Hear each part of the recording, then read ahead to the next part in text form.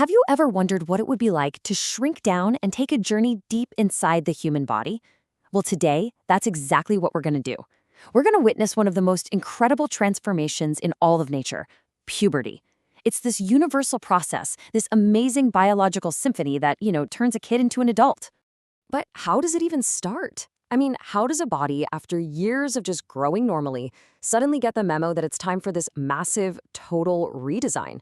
It's not some loud alarm bell that goes off.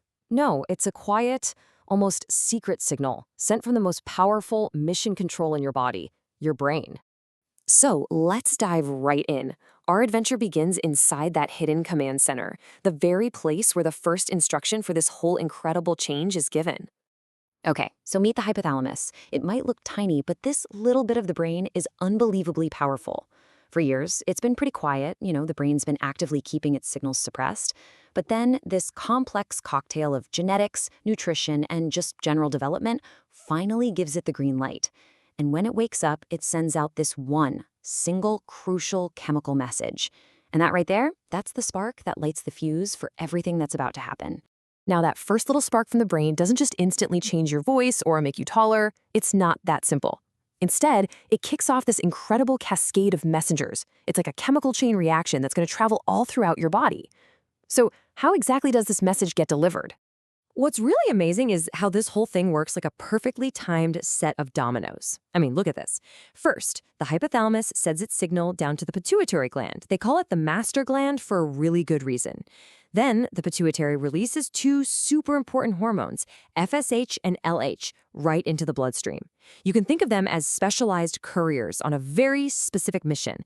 Their job is to travel all the way down to the reproductive organs and deliver their instructions. And those instructions are simple. Tell the testes to start making testosterone and tell the ovaries to start making estrogen. It's just an incredibly precise and elegant system. And this is where the changes start becoming, well, visible. Testosterone and estrogen are basically the architects of puberty. They take that original, tiny signal from way up in the brain and use it to roll out a complete redesign of the body's entire blueprint. So in males, testosterone gets to work on a whole bunch of projects at once. It kicks off the production of sperm cells and drives the growth of the primary sex organs. But it's also in charge of all those things we call secondary characteristics. Stuff like the growth of body hair and, of course, that unmistakable deepening of the voice. Meanwhile, in females, it's estrogen that takes the lead. It gets the follicles in the ovaries to start developing. And just like testosterone, it's the conductor for all the secondary characteristics, like the hips broadening and changes in where the body stores fat. And, critically, it's what kicks off the menstrual cycle, a really key biological rhythm and a clear sign that the body is reaching reproductive maturity. So you've heard me say primary and secondary a few times now, and this is a really, really important distinction to get. So let's just take a second and break down what that actually means. Okay, first up, primary sexual characteristics. It's pretty straightforward. These are the parts of your body that you were born with that are directly part of the reproductive system. Think of it like the body's core hardware. Puberty doesn't create these parts, it just activates them. It matures them and gets them ready to do their biological job. Secondary sexual characteristics, on the other hand, are totally different. These are all the new features that show up during puberty.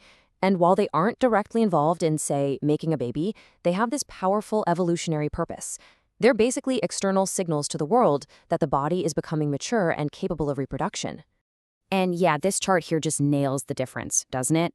On the left, you've got the primary stuff, the reproductive organs you've had since birth. And on the right, you've got the secondary traits, all those signals, like a deeper voice or wider hips that show up later on. So the key takeaway is pretty simple. One is about the fundamental machinery, and the other is all about signaling that the machinery is coming online. But, of course, puberty isn't just some biological checklist you tick off. It's a really profound and honestly sometimes confusing human experience. The science tells us what's happening, but actually navigating that whole transformation, well, that's a journey all on its own. And maybe the single most important thing to remember on this whole journey is this really simple fact. Everybody's timeline is different. There is just no single right time for any of these changes to start or to finish. It's unique to you. And listen, that's not just some nice, comforting idea. It's a hard biological fact. As our source material puts it, there's a huge and completely normal variation in the timing of all this. And yeah, that variation can sometimes cause a lot of stress and anxiety, but it's a totally fundamental and expected part of the human journey. You see, puberty gives you the biological foundation, but the actual bridge to becoming a full-fledged adult is adolescence. This is where all those biological changes start to meet the real world. It's about figuring out who you are, learning how to handle new responsibilities, and building real relationships. It's the whole process of becoming an adult in every sense of the word.